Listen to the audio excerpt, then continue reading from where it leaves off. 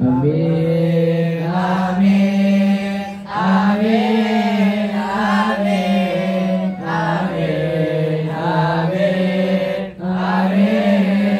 amin, amin, amin, amin, amin,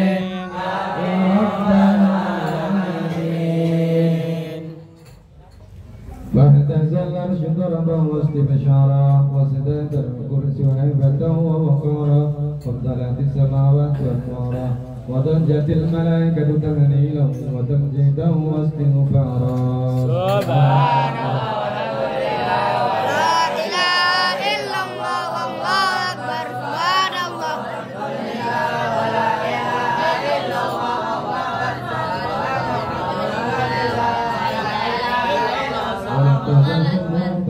ومن فخر وفضله إلى نهاية تمام حمله فلما اشتد بها الطلق بإضراب خلق وضعت الحبيب وضعت الحبيب وضعت الحبيب صلى الله عليه وسلم ساجدا شاكرا حامدا كأنه البدر في تمامه.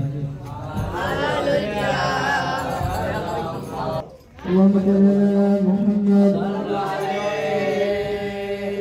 يا نبي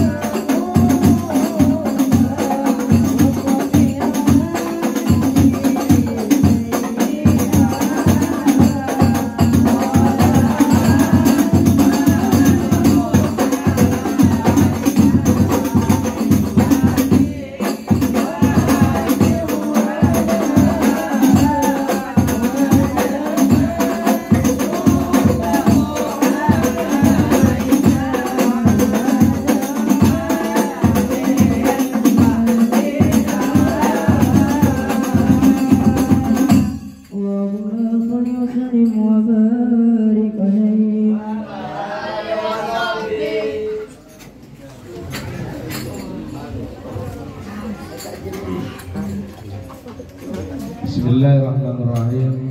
Allahumma shalli wa sallim ala sayyidina Muhammad wa ala alihi wa sahbihi wa sallam. Alhamdulillahi rabbil alamin. Alhamdulillah wa hamdallahi alhamdulillah wa ni'amahu wa jalalihi wa hamdihi ya rabbana lakal hamdu kama yanbaghi li jalali wajhika wa li'azimi sultanik. Allahumma lakal hamdu shukran wa lakal hamdu wa anta rabbul haqqan wa nahnu 'abduka rizqan wa anta rabbul ghani wa laka ahlan. اللهم يا ميسر كل عسير ويا جابر كل كثير ويا صاحب كل فريد ويا مولى يا كل فقير ويا مقوم يا كل ضعيف ويا مهمن كل بخير يسر علينا كل عسير فتيسير العسير عليك يسير يا من لا يحتاج الى البيان والتفسير حاجاتنا اليك كثير حاجاتنا اليك كثير حاجاتنا اليك كثير وانت عليم بها وخبير. اللهم إنا نخاف منك ونخاف ممن يخاف منك ونخاف ممن لا يخاف منك نجنا ممن لا يخاف منك. اللهم بحق سيدنا وحبيبنا وشفيعنا ومولانا محمد صلى الله عليه وسلم امرسنا بعينك الذي لا تنام واغفرنا بكنافك الذي لا يرام وارحمنا بقدرتك علينا فلا تهلكنا وثقاتنا ورجاؤنا. وصلى الله على سيدنا محمد وعلى آله وصحبه وسلم. اللهم كلنا والمسلمين وأهل بيتنا ولأبنا ولأمنا ولأزواجنا وذرياتنا وجميع تلاميذي وتلاميذاتنا في معهد الأكبر نور الإسلام من السخاوة إلى السعادة ومن النار إلى الجنة ومن الذنوب إلى المغفرة ومن الإساءة إلى الإحسان ومن الخوف إلى الأمان ومن الفقر إلى الغنى ومن الذل إلى العز ومن الإهانة إلى الكرامة ومن الضيق إلى السعة ومن العسر إلى اليسر ومن الإدبار إلى الإقبال ومن السقام إلى الصحة ومن السخط إلى الرضا ومن الغفلة إلى العبادة ومن الفطرة إلى الاجتهاد ومن الخذلان إلى التوفيق ومن البدعة إلى السنة. اللهم أعنا على ديننا بالدنيا وعلى الدنيا بالتقوى وعلى التقوى بالأعمال وعلى الأعمال بالتوفيق وعلى جميع ذلك بمقتضى الرضا المنهي إلى جنتك المشرق ذلك بالنظر إلى وجهك الكريم. يا الله يا الله يا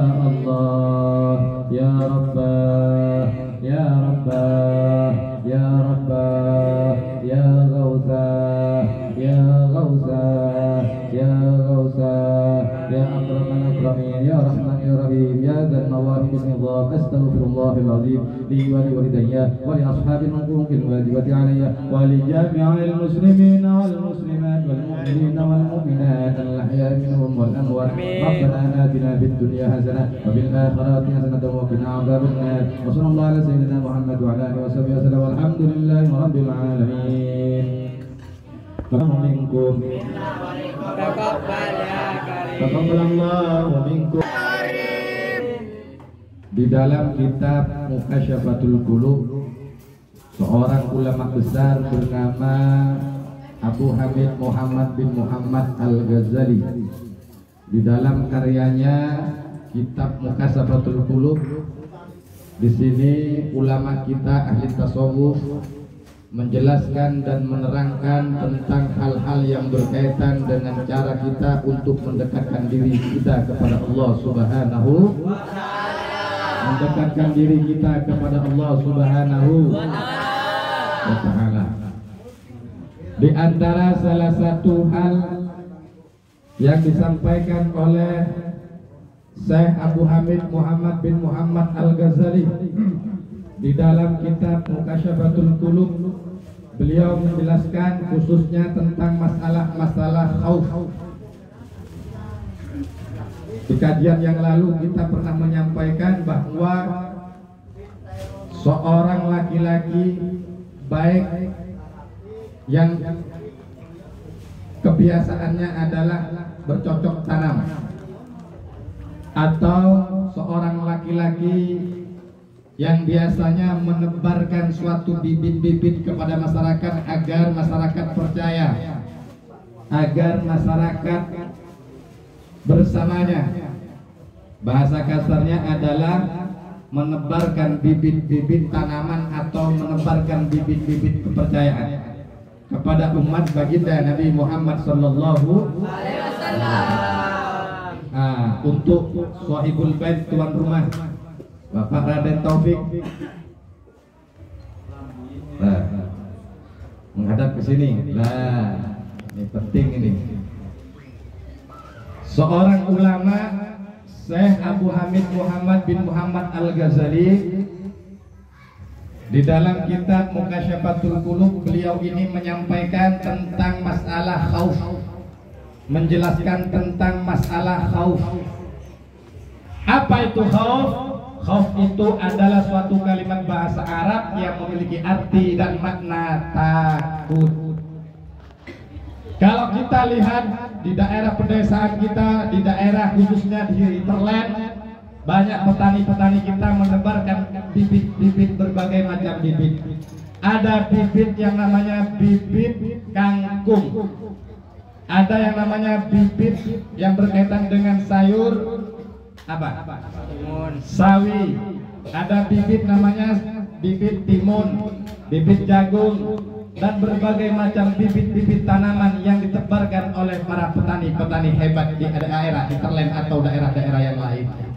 Kalau di perkodaan, khususnya sekarang kita sudah masuk ke tahun 2024, sebentar lagi sudah semarak-semaraknya para masyarakat sudah banyak membicarakan tentang masalah kepemimpinan atau hal-hal yang berkaitan dengan pilihan-pilihan presiden, menteri, gubernur, bupati, camat, misalnya DPR, MPR, dan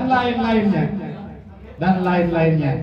Maka yang perlu kita pahami, kita adalah santri pondok pesantren Agro, mulai kecil sampai kita dewasa, sampai kita hari ini, siang ini, usia kita sudah bermacam-macam. Ada yang usianya 11 tahun, ada yang 12 tahun, ada yang 13 tahun, sampai bapak ibu yang hadir, ada yang usianya 30 tahun, ada yang usianya 35 tahun, ada yang usianya 40 tahun, dan seterusnya.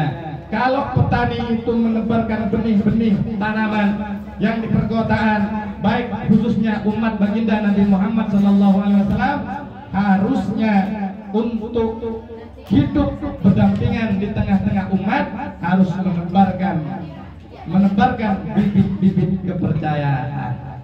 Bagaimana cara kita untuk menebarkan bibit-bibit kepercayaan? Kalau Syekh Abu Hamid Muhammad bin Muhammad Al-Ghazali mengatakan di dalam kitab Mukasyafatul Qulub, ada yang namanya khauf. Khauf itu adalah rasa takut kita kepada Allah Subhanahu wa taala. Takut, tidak semuanya manusia itu punya rasa takut kepada Allah. Ada yang berani melanggar aturan-aturan syariatnya Allah. Banyak manusia yang melanggar aturan-aturannya Allah. Banyak orang yang melanggar daripada agama, baik itu agama yang berkaitan dengan agama Islam atau agama yang lain. Semuanya ada aturan-aturannya. Di dalam agama Islam dijelaskan adalah orang wajib hukumnya untuk menjaga perdamaian. Di agama lain pun wajib juga untuk menjaga perdamaian, menjaga kepercayaan, menjaga persaudaraan. Itu yang diajarkan di setiap agama-agama, khususnya yang ada di Nusantara. Ditambah kejujuran. Nah, Imam Al-Ghazali menebarkan bibit rasa takut itu. Nah, untuk anak-anak PPA, anak didik yang sekarang sebagian orang tua, ayah dan bundanya hadir di sini, maka saya instruksikan kepada semua para santri, khususnya kepada Sohibul Bait, ayahanda tercinta Bapak Raden Taufik Adi Susanto, Muhammad Taufik Adi Susanto, yang kebetulan di pintunya ini kayaknya ada gambar nomor 2. Partai apa? Tidak paham partai apa ya? Oh, Partai Umat. Partai Umat. Kebetulan ini. Maka salah satu untuk meningkatkan diri kita untuk lebih konsisten, lebih daripada kita untuk berjuang di tengah-tengah masyarakat, pertama tebarkan benih-benih khauf, benih-benih rasa takut kita kepada Allah Subhanahu wa taala. Sedikit saya cerita. Ada suatu hikayah, ada suatu cerita. Bainama Daud alaihissalam, di suatu ketika baginda Nabiullah Daud alaihissalam jalisun fi saumatihi yatluz zabur, ketika Nabiullah Daud alaihissalam di salah satu tempat ibadahnya, baik itu misalnya kalau kita tempat ibadah di rumah ini Bapak Taufik ada tempat musolahnya, ada ya. Mungkin di belakangnya Pak Darwin ada tempat khusus untuk kita menghadap kepada Allah. Nah, di kamar-kamar kita kalau ada kamarnya istri, kamarnya anak kedua, kamar anak ketiga, sampai anak ke-12 kalau kita punya anak 12. Ada kita sisihkan, ada ruangan untuk kita sujud di situ, ruku di situ, iktidal di situ, baca Al-Qur'an di situ, doa kita di situ. Lah, di situ dijelaskan jalisun fi saumatiyyatus zabur. Nabiullah Daud alaihissalam duduk di tempat di mana beliau beribadah kepada Allah Subhanahu wa taala. Duduk di mana beliau mendekatkan diri kepada Allah Subhanahu wa taala. Selesai dia beribadah kepada Allah, dia terus zabur. Nabiullah Daud alaihissalam kemudian menyibukkan untuk mengambil itu kitab yang namanya kitab Zabur. Di sela-sela ketika membuka selembar demi selembar, selembar demi selembar dibaca oleh Nabiullah Daud alaihissalam, idza ra'a dudatan hamra'a fit turab, idza ra'a dudatan hamra'a fit turab. Ketika itu Nabiullah Daud alaihissalam melihat ada seekor binatang yang dianggapnya kemungkinan dianggapnya oleh kita sebagian yang hadir di sini, mungkin dianggapnya ini hewan adalah hewan yang hina, hewan yang menjijikkan, hewan yang tidak kita sukai, hewan yang kita benci, hewan yang selalu kita bunuh. Nah itu, idza ra'a dudatan hamra'a fit turab, Allah hadirkan salah satu binatang namanya dud, yaitu hewan bernama ulat. Hamra'an, ulat berwarna merah. Kemudian tanah atau tempat ibadah Nabiullah Daud ketika membuka lembaran-lembaran kitab Zabur, itu ulat keluar dari tanahnya Allah Subhanahu wa taala. Kemudian apa yang terjadi? Faqala fi nafsi, di dalam benak Nabiullah Daud alaihissalam bergumam sendiri, ini hewan lagi ngapain? Kok ada ulat ini? Sama dengan kita yang hadir di sini, ada lalat terbang-terbang di angkasa, ada yang berhinggap di dahi kita, ada yang berhinggap di pipi kita, ada yang berhinggap di makanan kita. Kemudian kita, ih jijiknya ini lalat, ih gelimnya ini lalat. Apalagi ada orang yang kita sukai, kemudian datang, jijiknya lihatnya orang ini, bencinya kita lihat orang ini, gitu kan? Itu yang terjadi. Fakta.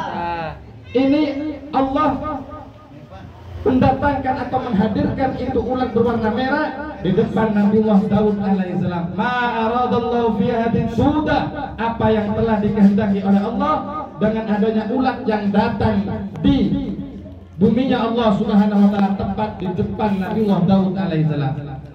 Jadi Nabiullah Daud alaihissalam di dalam batinnya, di dalam benaknya, di dalam pikirannya itu mengatakan, ini ulat merah kenapa kok ada di sini?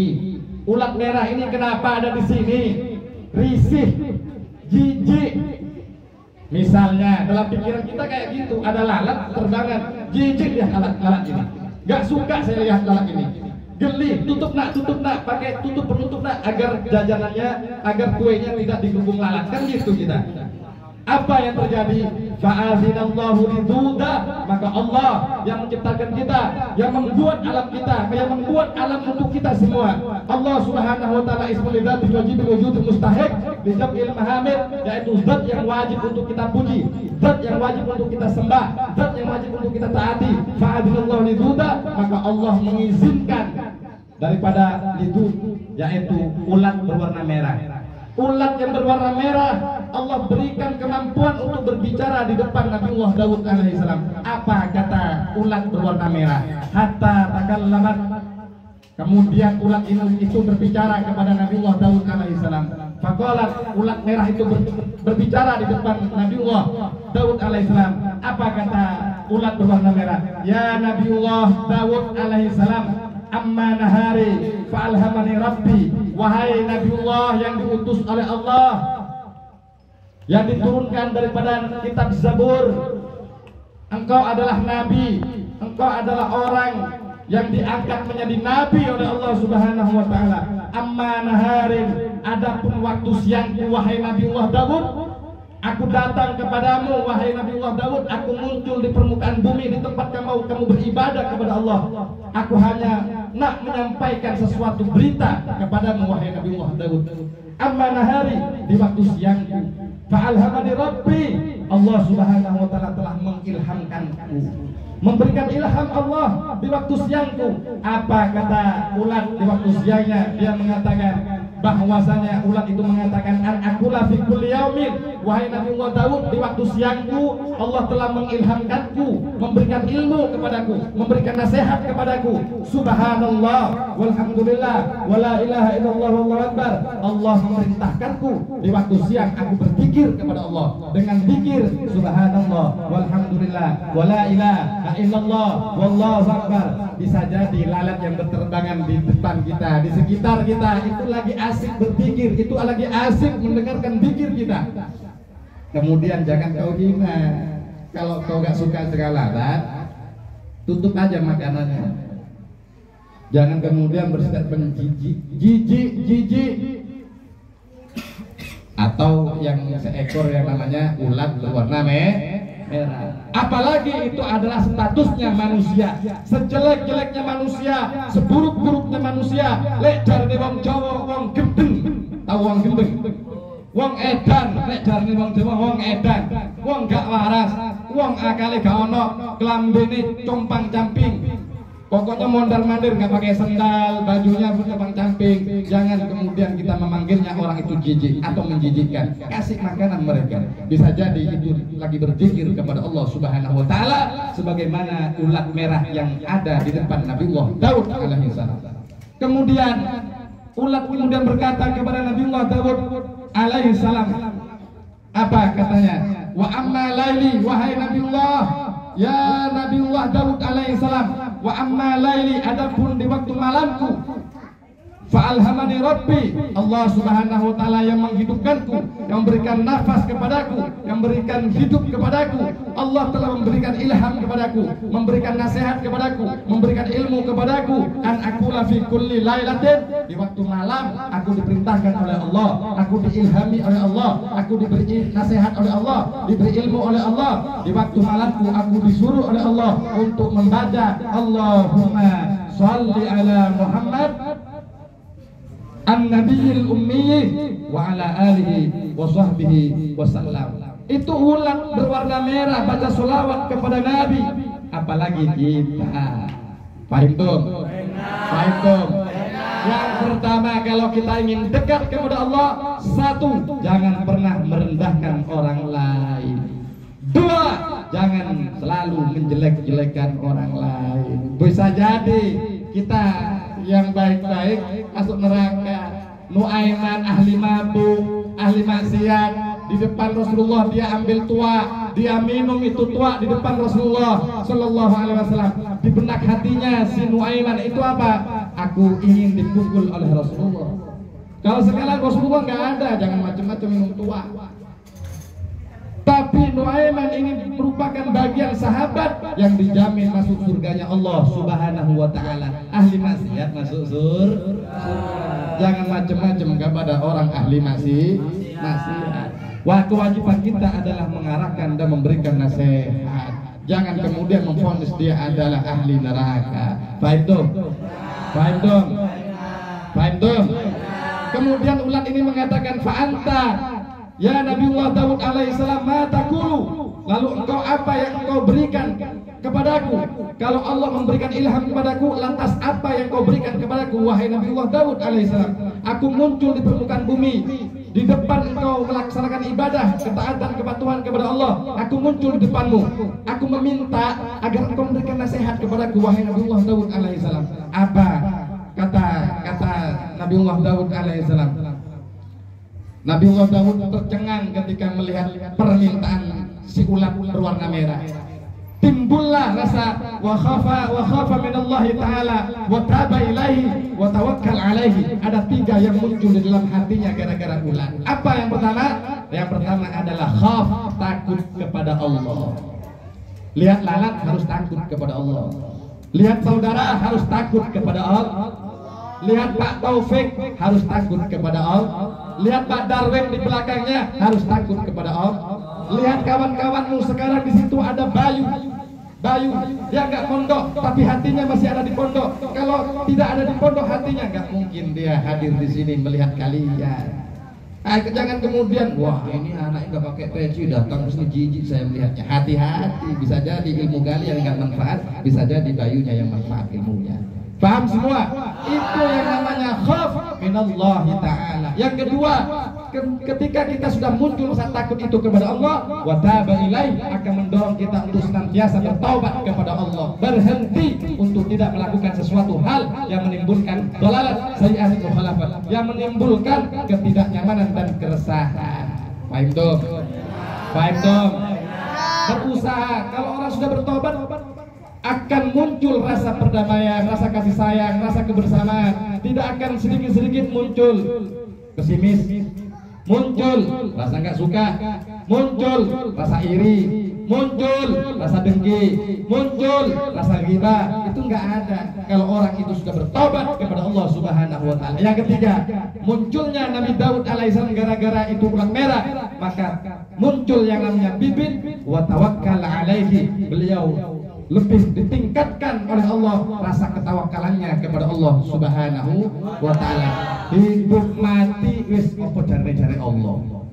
Dadi DPR enggak dadi DPR wis jare Allah. Saya penting ikhtiar kan ngono Pak Taufik. Dadi DPR wis biasa. Enggak dadi DPR wis biasa.